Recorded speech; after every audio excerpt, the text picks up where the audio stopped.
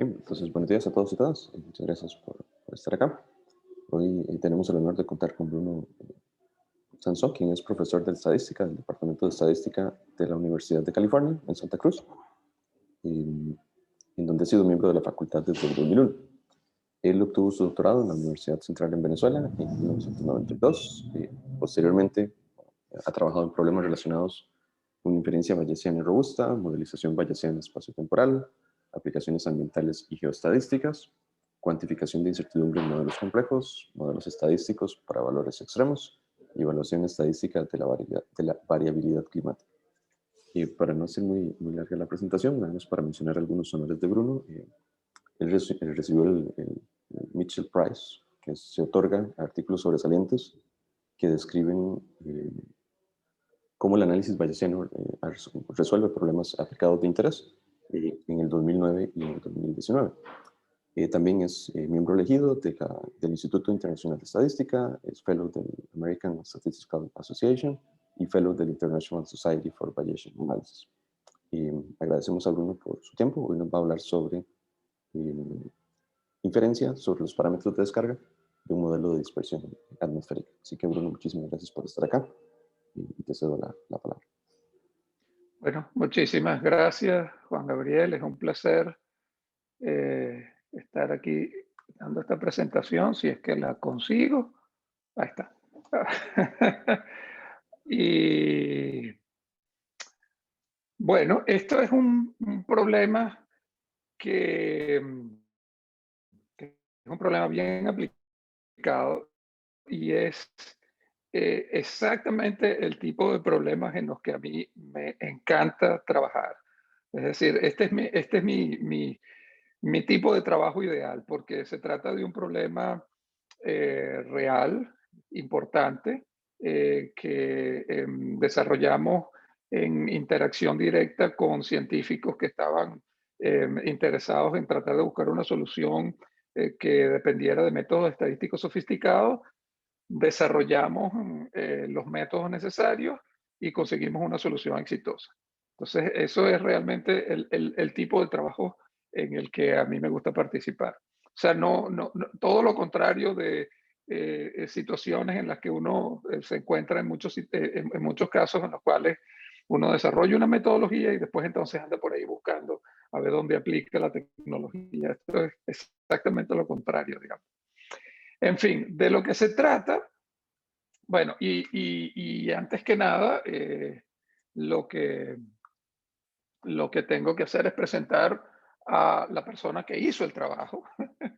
La persona que hizo el trabajo es Devin. Devin Francom es un estudiante que trabajó conmigo se graduó hace como 4 años y que hoy en día está en Los Alamos National Lab y es un científico en Los Alamos National Lab. Las personas que interactuaron con nosotros eran todas personas que estaban en Lawrence Livermore National Lab, es decir, un laboratorio nacional que queda en Livermore, no muy lejos, como a hora y media de Santa Cruz. Y Vera Bulaveskava estaba en Livermore en esa época, hoy en día trabaja para Amazon. Donald Lucas sigue estando en Livermore y Matthew Simpson, a quien yo nunca conocí en persona y ni siquiera tengo una foto, creo que ya también dejó el laboratorio, pero él es el científico que básicamente se ocupó del modelo de dispersión. Bueno, ¿y de qué se trata el problema? Bueno, el problema es el siguiente. Eh, Resulta que en Diablo Canyon hay una planta nuclear, no muy grande, bastante pequeña. En California, sustancialmente quedaron 2 plantas nucleares, una en Diablo Canyon y una un poco más abajo, cerca de San Diego, en Carlsbad. La planta Carlsbad ya no funciona, creo que le hicieron decommissioning hace como 3 o 4 años. La planta de Diablo Canyon está a punto de ser decommissioned, pero todavía funciona. Entonces, lo que ocurre es que esa planta está por 40 años y es un lugar que queda como a 3 horas y media de Santa Cruz, en la costa, en un lugar espectacular. Pueden ver ahí la foto. Y lo que ocurre es que a finales de los 80, después de Chernobyl, se preocuparon, bueno, ¿qué pasa si ocurre un accidente como el de Chernobyl en Diablo Canyon? Y entonces hicieron un experimento. Y el experimento consistía en simular la dispersión de una pluma, de una nube de radiación y en tratar de ver dónde se podía medir esa radiación. Claro, obviamente que no iban a soltar radiación, lo que hicieron fue soltar un gas, que es un gas inerte. Es un gas de paso que tiene un efecto invernadero terrible, pero no es un gas muy común.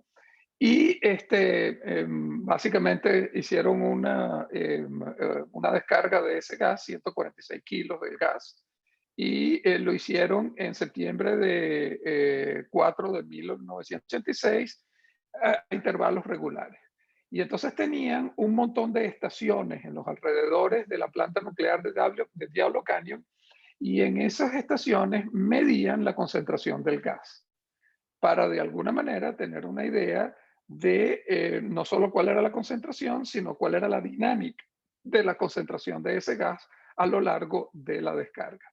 De esa manera podían tener una idea simulada de qué pasaría con la radiación si hubiera un accidente nuclear en Diablo Canyon. Esa era esencialmente la idea. Bien, este, esos datos, bueno, aquí tienen el mapa de las diferentes estaciones. Como pueden ver, hay estaciones básicamente alrededor a ver, este mapa es de aproximadamente unas 100 millas por 100 millas, más o menos. O sea, 200 kilómetros por 200 kilómetros, quizás menos, quizás 100 kilómetros por 100 kilómetros. O sea, no es muy grande la zona que estaban estudiando. Es una zona costera, pero que tiene una topografía bastante complicada. Entonces, tratar de entender el desplazamiento de la nube de contaminación en esta zona requiere de una precisión muy grande en los modelos que se utilicen, porque la topografía realmente afecta la manera como se mueven, cómo funciona la dinámica de una nube de contaminación. Ahora, ustedes pueden ver en el lado derecho, del, en esta parte del gráfico, pueden ver cómo lucen los datos que se recogieron en las diferentes estaciones. Entonces, hay un montón de estaciones, pero esta es la calidad de los gráficos, es decir, datos perdidos y esencialmente una traza que es bastante irregular. Es decir, no hay manera de decir, bueno, sube la concentración y después baja de una manera más o menos regular y qué sé yo. La verdad es que los datos son muy ruidosos y hay bastante irregularidad en ellos. Entonces, bueno, esos son los datos que se recogieron allá al final de los años 80 y básicamente motivados por el desastre de Chernobyl. Entonces, después, digamos casi 30 años más tarde, ocurrió Fukushima. Y cuando ocurrió Fukushima, sobre todo en California, la gente se preocupó enormemente, entre otras porque el tsunami llegó a las costas de California. De hecho, en el pequeño puerto de Santa Cruz, hubo varios barcos que terminaron siendo destrozados por el tsunami que vino desde Japón. Entonces, la gente se preocupó y dijo, bueno, pero la planta de Diablo Canyon está sobre la costa, el tsunami podría haber afectado la planta de Diablo Canyon. ¿Qué hubiera ocurrido si eso hubiera pasado? Y entonces alguien recordó que se había hecho el experimento de la época de Chernobyl en esa planta y decidieron con herramientas bastante más modernas tratar de tener una idea de qué ocurriría si hubiera una descarga radioactiva en esa planta. Y para ello diseñaron unos modelos de simulación de la nube de contaminación. Y lo interesante es que realizaron estudios de simulación bajo condiciones lo más parecidas posibles a las condiciones en las cuales se había realizado el experimento de los años 80. De manera que pudieran de esa forma calibrar y entender exactamente qué tan buena es la simulación basándose en datos efectivamente observados. Es decir, esto es una de esas poquísimas situaciones en las cuales uno tiene la oportunidad de correr un modelo de simulación altamente sofisticado en los cuales se conoce la realidad. Es decir, en la mayoría de los modelos de simulación altamente sofisticados, modelos, por ejemplo, para, no sé, la trayectoria de un cohete o modelos para tratar de entender el interior de una estrella. Bueno, es imposible tener realmente datos directos de lo que está ocurriendo. En este caso, se tiene lo más cercano a datos directos porque, bueno, se hizo el experimento de los años 80 y lo que se estaba tratando de hacer es replicar ese experimento en un simulador. Simulador sumamente sofisticado, depende muy fuertemente de tener una manera, una descripción muy realista de la dinámica atmosférica que está ocurriendo con una altísima resolución en la zona. Eso es lo que uno llama un modelo de simulación atmosférica, que son los modelos que usan la gente del clima todos los días para predecir si va a llover mañana o no. Pero ellos utilizaron uno con una altísima resolución porque tenían que tratar de entender qué ocurre en esos cañones que se forman en la costa, en la topografía toda complicada de la zona de Diablo Canyon. El tipo de datos que producen esos modelos lucen, bueno, como esta nube que tenemos aquí. Pues este es el tipo de datos que tenemos. Estamos hablando de una cantidad enorme de datos, alta resolución, tanto en el tiempo como en el espacio. Y el tipo de curvas que se observan en las estaciones que correspondieron al experimento del 87, para ese simulador se ven como las curvas que observamos aquí en en este panel. Es decir, que básicamente lo que estamos haciendo es, bueno, ese es nuestro simulador y esta es nuestra realidad. O sea, la realidad fue en el 87 al menos, esas curvas ahí todas entrecortadas. El simulador está produciendo esas curvas bastante irregulares, pero bastante más continuas y bastante más realistas, o por lo menos más idealizadas, si se quiere. Ahora, bien, el simulador es esencialmente un código, ¿okay? Un código que uno corre en una computadora. Para correr ese código hay que darle al simulador 11 parámetros de entrada, es decir, hay que fijar 11 cantidades. Entonces lo que ocurre es que, digamos, subrutina FlexPart, digamos, y subrutina FlexPart recibe 11 parámetros, parámetro teta 1 hasta teta 11. ¿Verdad? Y cada vez que yo cambio teta 1 a teta 11, obtengo una salida distinta. Pero si mantengo teta 1 a teta 11 iguales, obtengo la misma salida. Es decir, es un simulador totalmente determinístico. No hay ninguna componente aleatoria en la manera como estoy haciendo la simulación. Totalmente determinístico. 11 parámetros parecen pocos, pero no son pocos. No son pocos, entre otras, porque si uno solamente considera dos valores para cada uno de los 11 parámetros, entonces tiene 2 a la 11 posibles valores diferentes para la entrada del simulador. Y 2 a la 11 comienza a ser un número bastante respetable. Pero obviamente que dos valores solamente para cada uno de los inputs es muy poco. Entonces uno típicamente considera más que eso. En discusión con los expertos y decidiendo los diferentes escenarios que se podían considerar, ellos terminaron haciendo 18,000 diferentes combinaciones y lo hicieron en lo que se llama un Latin Hypercube. Un Latin Hypercube es un esquema de diseño de experimentos que permite tratar de cubrir el espacio experimental de la manera más eficiente posible. Bien, O sea, lo peor que uno puede hacer en un diseño de experimento como este es una malla.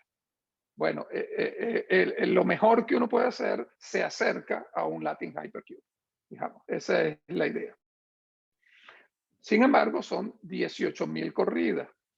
18.000 corridas es una barbaridad. Esto se corre en una de las computadoras más potentes que hay en el mundo, que las tienen en Livermore, y produce una barbaridad de output. Estamos hablando de terabytes de output para el resultado de este experimento. Es decir, cada una de esas nubes evoluciona en el tiempo y uno tiene un output que básicamente creo que es cada 10 segundos o algo por el estilo, produce una nube a lo largo de un experimento que dura horas.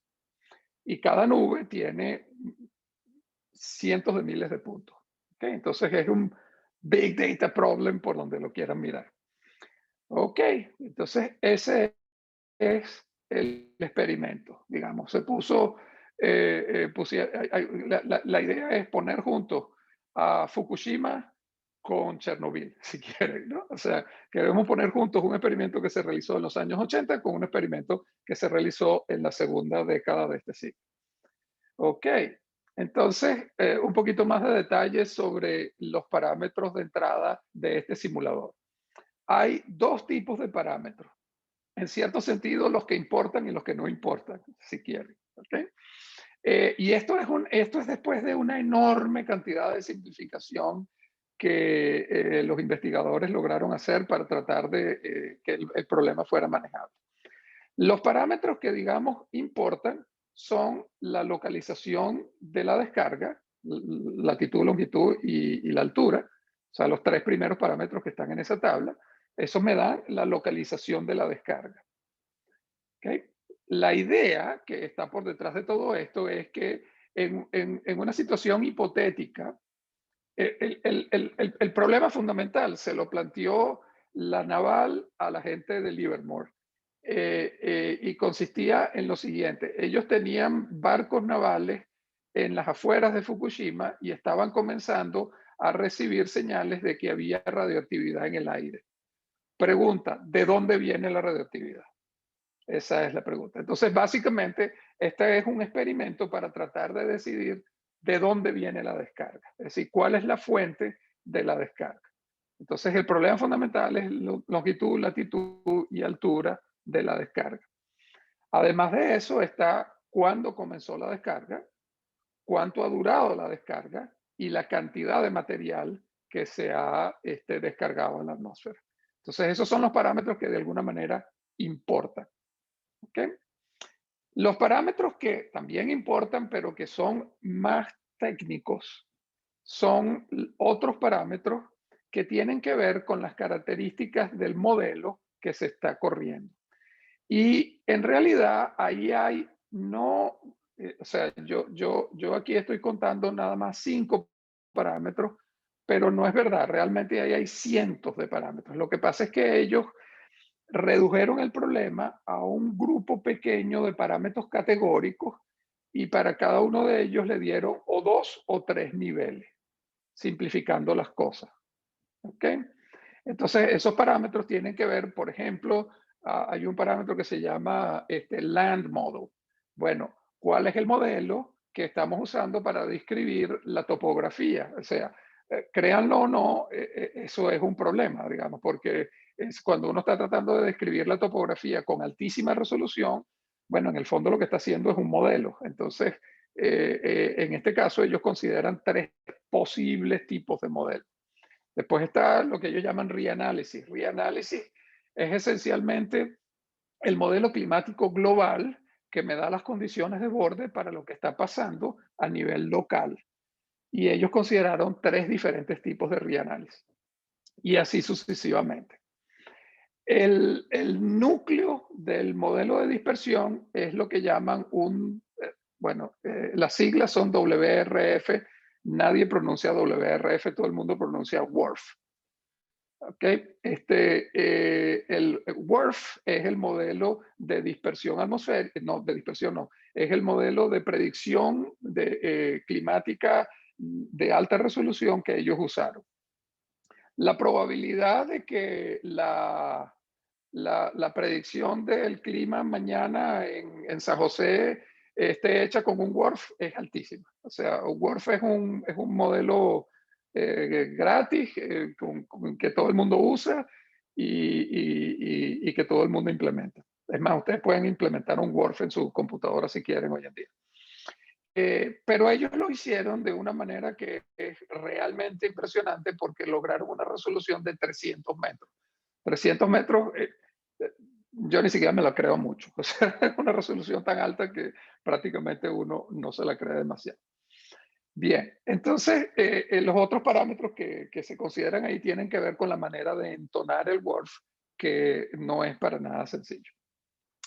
Muy bien, entonces esos son la descripción del problema, la descripción del modelo que se está usando, los parámetros de entrada, y lo que nosotros queremos hacer es calibrar esos parámetros de entrada. Es decir, nosotros queremos tratar de adivinar o hacer inferencia sobre los parámetros de entrada usando las observaciones que tenemos que provienen del experimento controlado y las observaciones que tenemos que provienen del simulador. Esas dos fuentes de información para tratar de hacer inferencia sobre esos parámetros de entrada que vamos a considerar desconocidos. Ok, entonces, ¿qué se quiere de un modelo estadístico que haga esto? Bueno, tiene que ser un modelo que sea capaz de manejar grandes volúmenes de datos. ¿Ok? O sea, it's a big data problem.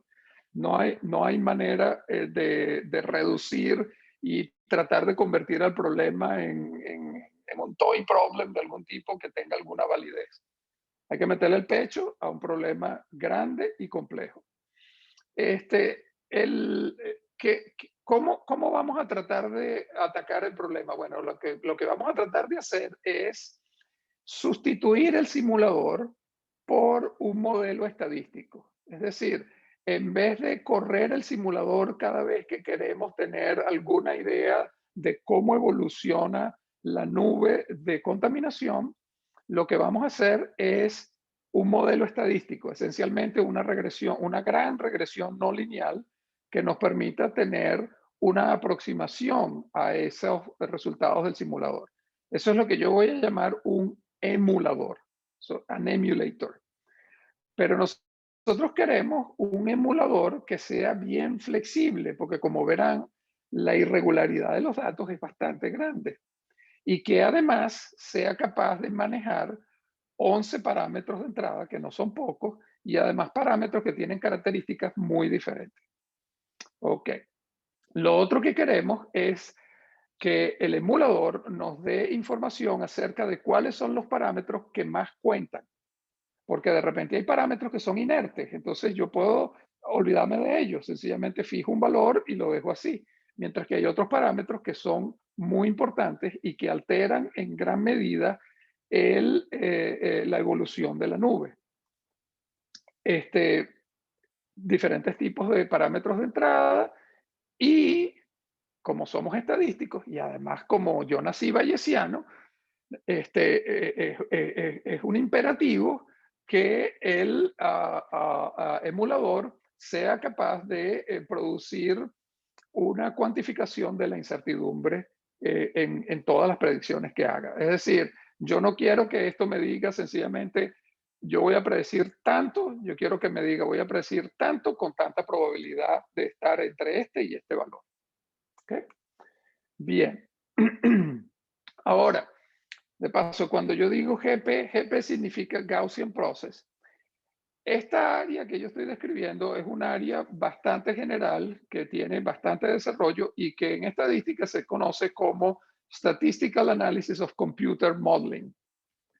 Y ha sido un área muy influenciada por el trabajo seminal de Tony O'Hagan en los años 80, en donde él propuso el uso de procesos gaussianos como una manera de crear emuladores. Y desde esa época, el uso de procesos se convirtió básicamente en la herramienta por defecto. Es decir, todo el mundo utiliza procesos gaussianos para construir un emulador y de ahí en adelante. Pero nosotros vamos a tratar de ir más allá de los procesos gaussianos, entre otras, porque los procesos gaussianos para los fines de una emulación como esta realmente tendrían mucha dificultad en ser efectivos. Ok, este, ¿cómo construimos un emulador? Bueno, primera fórmula matemática de la charla. La primera fórmula matemática de la charla es una representación del campo espacio-temporal que nos interesa. Esencialmente, esta variable, esta variable depende de la localización. Depende de la localización S, del tiempo T y de los parámetros de entrada X. Es decir, para cada combinación de parámetros de entrada, el simulador me da como output un campo espacio-temporal, S y T. Y lo que yo voy a hacer es que voy a representar ese campo espacio-temporal en un conjunto de bases ortogonales. Es decir, estas son mis bases ortogonales y estos son los coeficientes que corresponden a cada elemento de la base. Y tengo un total de K posibles bases ortogonales. Esto siempre se puede hacer, pero por supuesto que teóricamente hace falta que K sea igual a infinito. Y nosotros no tenemos paciencia para llegar a este infinito, entonces truncamos en alguna parte y obtenemos como resultado que hay un cierto error de truncamiento. Bien, ¿por qué hacemos esto? Bueno, hacemos esto porque lo que estamos haciendo es dejando que las bases que dependen del espacio y del tiempo capturen la dinámica espacio-temporal y que los parámetros sean los responsables de los coeficientes que le adjudicamos a las diferentes componentes de esa base. O sea, estamos reduciendo el problema a un problema en donde la variable que nos interesa solo depende de los coeficientes de entrada y no de los coeficientes de entrada más la localización más el tiempo. Bien. Perfecto. Entonces, eso es lo que estamos haciendo como base para nuestra modelización del emulador. Consideramos el error de truncamiento y el error de truncamiento no es gaussiano, entonces tenemos que hacerlo con cuidado. Y después, entonces, necesitamos un modelo para, para los coeficientes que acompañan a cada uno de los elementos de la base. ¿Qué modelo vamos a utilizar? Bueno, en la literatura, tradicionalmente, ese modelo es un proceso gaussiano. Es decir, en la literatura lo que la gente hace es que le pone a cada uno de esos WDI de X, X es una variable de 11 dimensiones, le pone un proceso gaussiano.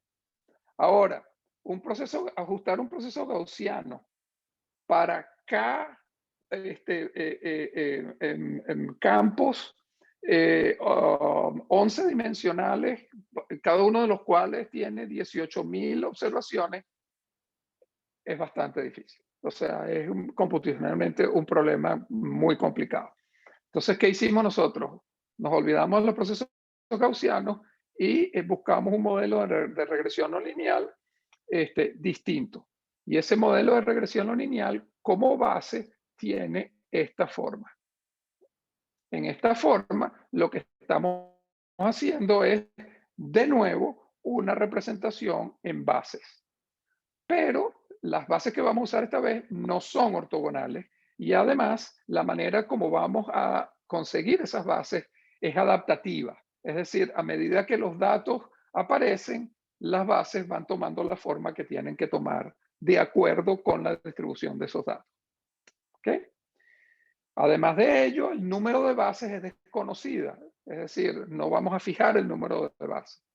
Y las bases que vamos a utilizar van a ser muy peculiares. Van a ser esencialmente lo que se llama hockey sticks. Es decir, van a ser funciones que valen 0 y después son lineales. O sea, son funciones parcialmente lineales. Esas son funciones que se han hecho muy populares hoy en día con el desarrollo de las redes neurales. Ok. las cosas lucen más o menos así. Es decir, la figura que tenemos, la figura que tenemos aquí,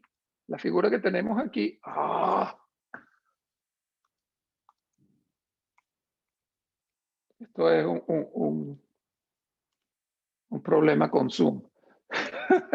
La figura que tenemos aquí es la que nos dice cómo son las bases que estamos creando. La idea es que, si ustedes se fijan, por ejemplo, este es un elemento, un hockey stick, y aquí hay otro hockey stick. Entonces, lo que podemos hacer es, podemos controlar el nodo y podemos controlar el signo. Y controlando el nodo y el signo, y después haciendo una combinación lineal de estos hockey sticks, podemos conseguir una buena aproximación de prácticamente cualquier función no lineal. ¿Ok? Entonces, es más o menos mágico, pero funciona. Y esto se basa en la literatura de Mars. Mars fueron unos modelos propuestos allá al final de los años 80 por Friedman como una respuesta a los CART. Y tienen cierta popularidad, pero bueno, no tanta popularidad como probablemente se merece, por lo menos desde mi punto de vista. Entonces, ¿qué tipo de base estamos creando? Bueno, aquí hay un ejemplo de una base como esa. Un ejemplo de una base como esa es, bueno, aquí tienen, esto es un hockey stick, ¿verdad? Multiplicado por otro hockey stick, multiplicado por una función indicadora para el caso de los coeficientes, perdón, para el caso de los inputs que son categóricos y otra función indicadora para el otro caso. Y lo que estamos controlando aquí es el nodo, el otro nodo, el signo y bueno, alfa, pero alfa se fija. Alfa típicamente uno lo fija igual a 1, 2 o a 3 máximo. Es muy difícil hacer inferencias sobre alfa. ¿Ok? Y lo otro que estamos controlando es C3 y C4, es decir, el espacio en donde estamos viendo la categoría.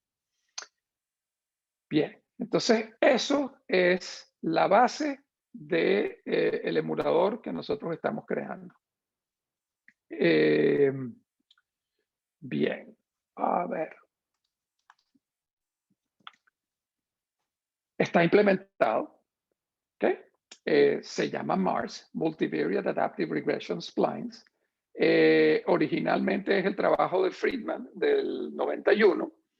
MARS, una de las razones probablemente por las cuales es menos popular de lo que podría, es porque MARS es copyrighted. Es decir, yo no debería poder usar la palabra MARS en esta charla porque está copyrighted. O bueno, no sé si podría, pero bueno, lo cierto es que tendría que pedir permiso, lo cual es así como absurdo, pero bueno, así es. De hecho, bueno, de hecho después le he hecho el cuento. Friedman lo propuso en el 91 como una respuesta continua a los CARTs. Hay una versión bayesiana que fue desarrollada por dos grupos realmente. Hay dos versiones bayesianas. Después la versión bayesiana de Denison et al. Fue mejorada por NOT y nosotros tenemos una nueva implementación que mejora la de NOT y está implementada en un paquete que se llama BAS. Y por supuesto que nosotros lo queríamos llamar BMARS, pedimos permiso y nos dijeron que no, porque Mars está copyrighted. Entonces lo llamamos BAS, que significa Bayesian Adaptive Spline Surfaces. Y es un paquete en R, funciona súper bien, es súper fácil de usar y bueno, se lo pueden bajar, instalarlo y está ahí. Ok, entonces, como les decía, use BAS. Esa es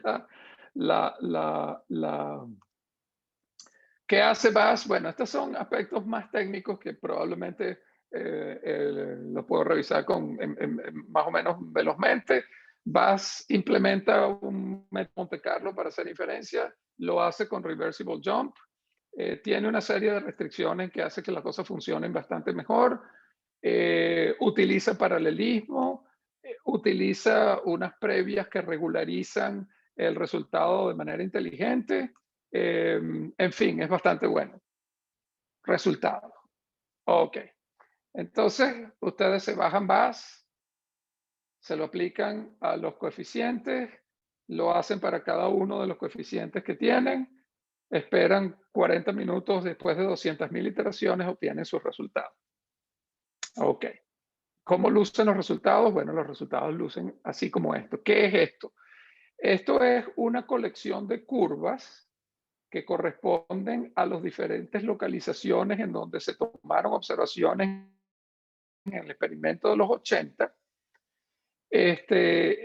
La curva en azul, la curva en azul es la curva que produce el simulador. Esa curva no se utilizó para hacer inferencias sobre los parámetros de BART. Esto es out of sample prediction.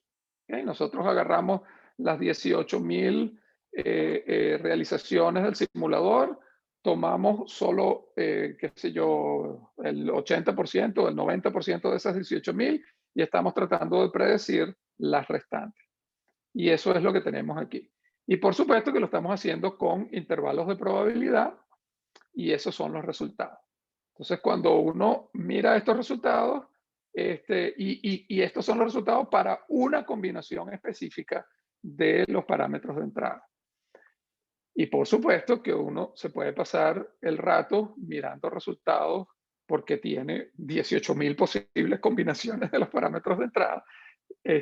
Pero bueno, la idea es que no lo hacemos demasiado mal. No lo hacemos perfecto. Ustedes pueden ver que hay muchas situaciones en las cuales, por ejemplo, en este caso, el emulador está underpredicting la concentración. En este caso también. O sea, hay algunas situaciones en las cuales el emulador tiende a estar por debajo. Mayoritariamente el emulador tiende a estar más por debajo que por arriba de las predicciones del simulador. Pero en fin, dada la complejidad del problema, los resultados son bastante razonables. Ok. Nosotros hicimos una evaluación del performance del emulador bastante detallada. Una de las cosas que es interesante de BAS es que permite hacer un análisis de lo que nosotros llamamos Global Sensitivity. Global Sensitivity es esencialmente una especie de análisis de ANOVA, de análisis de varianza, pero para un modelo no lineal. Eso es esencialmente lo que es Global Sensitivity. ¿De qué se trata? Bueno, de lo que se trata es de partir la variabilidad en trozos que nosotros le podamos asignar a cantidades que somos capaces de entender. Y para ello se usan unos coeficientes que se llaman coeficientes de Sobol. Los coeficientes de Sobol son esencialmente una medida de la variabilidad y se calculan calculando integrales. La razón por la cual nosotros desarrollamos este problema utilizando MARS es porque MARS consiste de combinaciones lineales de polinomios de grado 1 o a lo sumo 2 o 3, digamos, de grado alfa. Como queríamos calcular Global Sensitivity, teníamos que calcular integrales. Calcular integrales de polinomios de grado 1 es muy sencillo. Entonces tenemos esencialmente fórmulas cerradas para el cálculo de los coeficientes de Sobol para obtener una medida de la sensibilidad global del modelo a los parámetros de entrada. Bien, y como verán, bajo ciertas suposiciones de ortogonalidad, lo que ocurre es que los coeficientes de Sobol me dan una descomposición de la varianza en donde cada uno de los componentes de esa descomposición se le puede asignar a una de las variables de entrada o pares de las variables de entrada o triples de las variables de entrada y así sucesivamente. Generalmente uno no pasa de pares porque no tiene la paciencia. Aquí hay un ejemplo. Si ustedes tienen una función, esa función que está ahí descrita es una función famosa que todo el mundo ha utilizado porque la propuso Friedman en su artículo seminal. Y la gente la conoce como la función de Friedman. Entonces nosotros agarramos la función de Friedman y le agregamos 5 inputs adicionales que no contribuyen nada sino ruido blanco, es decir, ruido. Y después calculamos los coeficientes de Sobol para ver la sensibilidad a los diferentes inputs. Entonces, la función de Friedman tiene 5 inputs y nosotros le agregamos 5 más.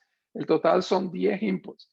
Y lo que se ve en este panel es que los inputs que tienen coeficientes de Sobol que son significativamente mayores que 0 son los inputs que van de X1 a X5. Los adicionales 5 que contribuyen solo ruido no tienen coeficientes de Sobol que sean significativamente mayores de 0. Entonces, esto les da una manera de estudiar la significación de los coeficientes en un modelo no lineal. ¿Okay? Entonces, en vez de una prueba F para un modelo lineal, hacemos un Global Sensitivity Analysis. Lo bueno es que en este caso podemos hacer un Global Sensitivity Analysis para cada instante de tiempo. Es decir, BAS nos permite tener los coeficientes de Sobol variables en el tiempo. Y entonces podemos obtener gráficos como estos, que son esencialmente histogramas, si quieren, de alguna manera, pero variables en el tiempo, en donde uno puede darse cuenta de que hay, o sea, cada una, este es el input número 6, el input número 6 tiene que ver con la cantidad, y entonces uno puede ver qué tan importante es la cantidad en la respuesta del simulador. Entonces, bueno, aquí pueden ver lo que está pasando y pueden darse cuenta de cómo esa relevancia varía en el tiempo, de cómo evoluciona en el tiempo y también de cómo evoluciona en el espacio, porque cada una de estas son lugares diferentes en donde se midieron los datos. Entonces tengo un estudio de la sensibilidad del modelo para cada uno de los posibles inputs en función del espacio y del tiempo. ¿Okay?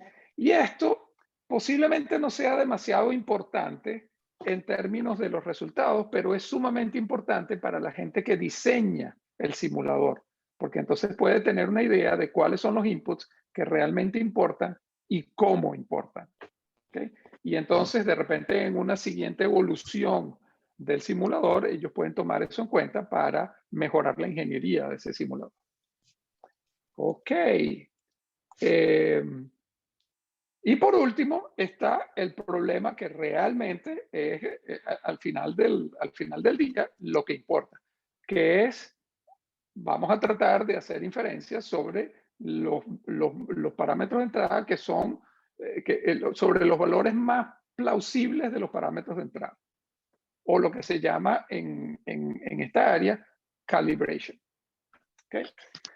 O también la gente lo llama the inverse problem, así, el problema inverso, el problema en el que uno tiene los datos y quiere tratar de hacer inferencias sobre los inputs. Entonces, ¿cómo se hace calibration en un contexto bayesiano? Bueno, en un contexto bayesiano, calibration se hace con una distribución a posteriori. Es decir, lo que uno va a hacer es calcular o describir la distribución a posteriori de los parámetros de entrada, dados todos los datos que tengo, los datos simulados y los datos observados. ¿Cómo se postula ese problema de calibración? Bueno, siguiendo el esquema de O'Hagan de hace 30 años, la idea es que las observaciones, hay una ecuación de observación, si ustedes quieren, y la ecuación de observación postula que las observaciones corresponden a un proceso latente no observado, que es el verdadero estado del sistema, más un error de observación. Y después hay una ecuación del proceso, y la ecuación del proceso postula que el proceso es igual a lo mejor que yo puedo estimar que sea ese proceso, más un término que me da la discrepancia entre lo mejor que yo puedo hacer y el verdadero proceso. ¿Okay? Entonces, ecuación de observación, ecuación de proceso en un modelo jerárquico. Previa sobre los parámetros, distribución a posteriori. O sea, ese es el esquema bayesiano de hacer las cosas. Los parámetros en este caso van a ser, los parámetros en este caso van a ser que me mide qué tanta discrepancia hay, y estos que son los 11 parámetros de entrada. Y eso es lo que yo quiero aprender. Ok, aprender, inferir. Ya estoy traduciendo learn. Bueno, déjenme moverme más o menos rápido con esto. Estos son esencialmente resultados sintéticos que no son muy interesantes, así que nos movemos por los resultados reales. Ok, entonces, como les dije, esta es una situación rarísima en la cual uno conoce el verdadero valor de los parámetros de entrada. Los conoce porque hizo un experimento controlado. Entonces, los puntos rojos son los verdaderos valores del parámetro de los parámetros de entrada. El resto son una descripción de la distribución a posteriori de esos parámetros. Y me estoy concentrando en los 6 parámetros de entrada que más me importan. Y estoy considerando dos situaciones. Una situación en la que gamma es igual a 0, no hay discrepancia, y otra situación en la que gamma es estimado y forma parte de la inferencia. Y lo que pueden ver, si miran con detalle, es que introducir el gamma como algo no igual a 0 mejora la estimación de esos parámetros de entrada. Pero también pueden observar que hay parámetros de entrada que son prácticamente imposibles de inferir. La altitud es el más obvio. Es decir, esta manera de hacer las cosas no permite tener una buena inferencia sobre la altitud. La distribución de la altitud a posteriori es básicamente uniforme. ¿Okay? Mientras que para los otros parámetros sí hay una reducción de la incertidumbre cuando se hace todo este asunto. Estas son las distribuciones a posteriori para los otros 5 parámetros, y de nuevo aquí se nota que hay una diferencia entre considerar que hay discrepancia y considerar que no hay discrepancia. Por último, una vez que uno hace la calibración, entonces uno puede hacer predicciones utilizando los parámetros calibrados. Y estas son las predicciones que utilizan los parámetros calibrados. Es decir, estas son predicciones que se basan en toda la información disponible. ¿Okay? Y como vemos en este caso, esas predicciones funcionan bastante mejor cuando se considera que hay discrepancia, y la discrepancia se puede estimar con un parámetro que con 95% de probabilidad está entre 0,58 y 1,02. Es decir, uno puede decir que, qué sé yo, gamma es alrededor del 75%, más o menos ahí. ¿Ok? Y como verán, hay una mejoría fundamental en las predicciones cuando uno introduce ese gamma. Muy bien, ahora, el último, esta es la cerecita en el tope de la torta. El cuento es así. Devin estaba obteniendo esos resultados y todo el mundo estaba fascinado y muy contento con los resultados que él estaba obteniendo, porque definitivamente había resultados bastante buenos. Pero había algo que no le gustaba a nadie. Y lo que no le gustaba a nadie era lo siguiente.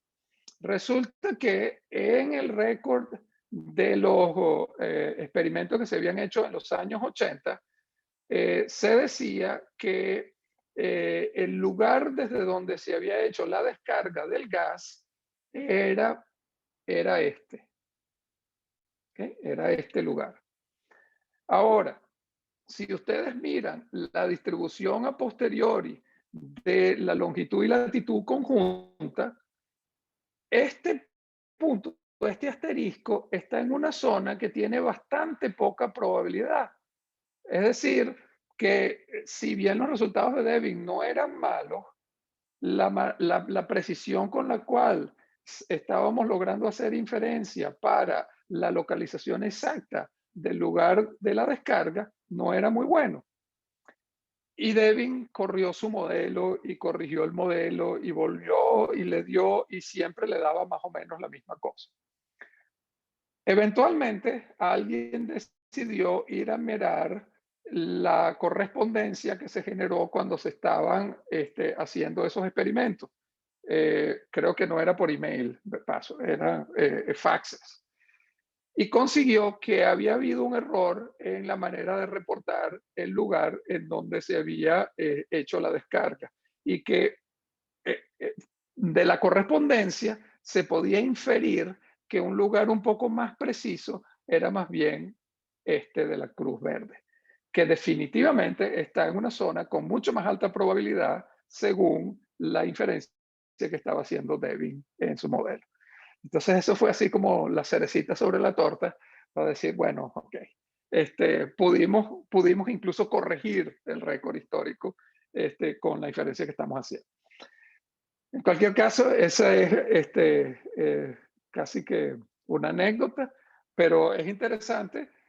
Algo que también pudimos hacer fue estudiar el problema de la discrepancia y pudimos agrupar las diferentes discrepancias en 5 zonas. Y entonces se puede ver que dependiendo de la zona, la manera como hay una discrepancia entre el modelo y los datos cambia, varía. Y entonces, si alguien quisiera hacer una evolución de ese modelo, podría tomar esto como información para tratar de mejorar la ingeniería del modelo. Ok, bueno, estoy sobre la hora, tengo tiempo para conclusiones y preguntas.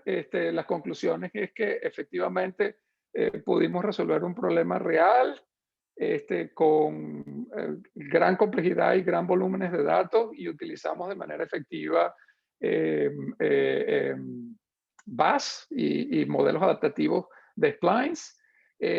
Funciona para grandes volúmenes de datos. Tenemos flexibilidad para mirar diferentes tipos de inputs. Podemos estudiar la sensibilidad a los inputs, de los resultados a los inputs. Y además, todo nuestro trabajo produce una cuantificación probabilística de la incertidumbre involucrada en el problema. ¿Es BAS la única herramienta que se puede usar? No, hay por supuesto otras herramientas. Una de ellas es BART.